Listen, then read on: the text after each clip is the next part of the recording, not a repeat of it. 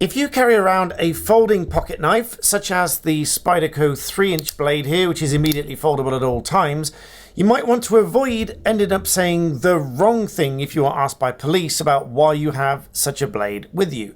Now, first of all, just as a caveat for this video, I am not recommending or advocating that anybody carry around a knife. But I understand that some people do, because these things can be used as a tool. But nonetheless, if you're using it and carrying it around as a tool, and it is exempt under Section 139, as in it meets the requirements for an exempt knife, such as no longer than 3 inches, and there's no immediate slogans of harm, and it's immediately foldable, it doesn't lock, and all those kind of things, then you may still be questioned about why you have it.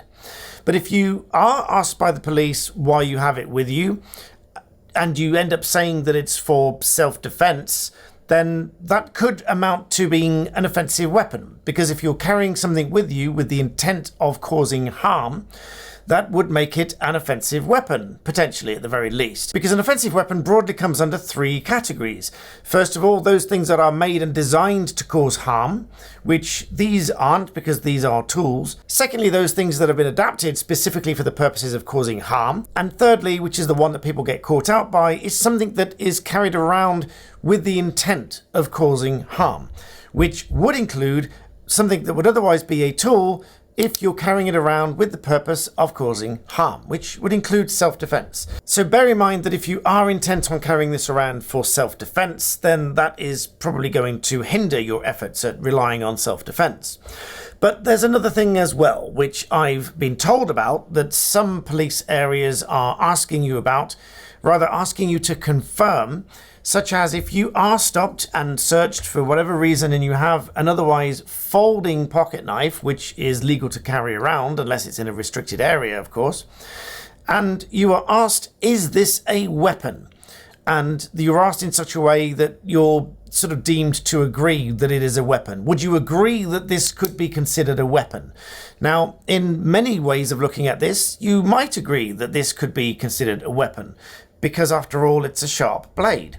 But if you are carrying it around for the purposes of using it and carrying it as a tool, as many people do, then it's not a weapon, or at least you're not carrying it around with the purposes of using it as a weapon. And it's not designed and made to be a weapon. Just because it is a blade doesn't mean it is made as a weapon. There are certain blades which are certainly designed as weapons, and if you were to carry those around, even if there's a legal way of owning them, if you were to carry it around, unquestionably they would be a weapon. But if you are asked the question in a presumptive way, would you agree that this is a weapon, or would you agree that this can be characterized as a weapon? Would you agree with me if I referred to it as a weapon? If your answer is yes, then this may then be used against you, because this then leads on to the second misunderstanding which can get people into trouble, which is a false or misconceived understanding that anything said before a caution cannot be used against you in court. Now, it's right to say that there may be arguments against its admissibility in court, such as how it was obtained, the way the questions were phrased, whether you were under undue pressure to answer those questions and things like that. There may be arguments as to its admissibility then, but it isn't automatically inadmissible. Whilst anything more than very basic questions should be done under caution, that's no guarantee that if you do answer a question voluntarily and confirm that the thing was a weapon, that may well be used against you later in court if you were charged for possession of a weapon in a public place. And finally, it would be remiss of me if I didn't mention that there are several offences that you could be accused of even if you are carrying a folding pocket knife, which would ordinarily be lawful to carry with you. For example, as the first one I've mentioned, if you are carrying it with the intent of causing harm, which includes self-defense, if you are carrying it for that purpose, then it may well be considered an offensive weapon. Likewise, if you were carrying it around for the purposes of just causing fear of violence. So even if you don't have the specific intent to cause harm, if you have the intent to cause fear of violence, even if that were in self-defense, then that might scupper the defense as well.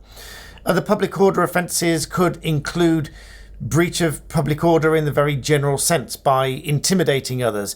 Just by having this open in public could be enough to be a breach of a public order offence. And just while we're on the subject of knives and blades, I would just like to thank once again a very early supporter of my channel, Marcus Tabasso, who made and gave me a community gift for producing these videos for you on this channel. This video is not sponsored in any way. This was given to me a long time ago and was made for me by hand by Marcus. And I would just like to show you this just because of my appreciation for having given that to me such a long time ago. And you can see just how beautiful the blade is and the decorative Black Belt Barrister Community Award from 2021, laser engraved on here with my name on here as well. So a huge thank you to Marcus Tabasso once again. I will link his channel in the description below where you can see the making of blades like this as a decorative and a community gift item. So I'm very grateful for that. And also just one or two other questions that lots of people have asked in response to previous videos. First of all, with respect to multi-tools and whether the knife on those will amount to a blade or pointed article for the same legislation. And the simple answer is yes. So if it locks, then it is just an ordinary knife for the purposes of the legislation, and you need a good reason to have it with you. It's not a folding knife for the purposes of the legislation. If it does fold and it is no longer than 3 inches, then that could well be considered a folding pocket knife for the same reasons. But this is also regardless of whether it has other tools on it as well, such as a corkscrew and other things. If it has a blade that locks, then it's not a folding pocket knife. If it has a blade that is longer than 3 inches, then it's not a folding pocket knife. And that is regardless of whether the sharp portion of the blade is 1 inch, say, but the overall blade is 4 inches, then the overall blade is 4 inches, regardless of whether 3 inches of it or however long is not sharp. It doesn't matter if there's a blunt portion.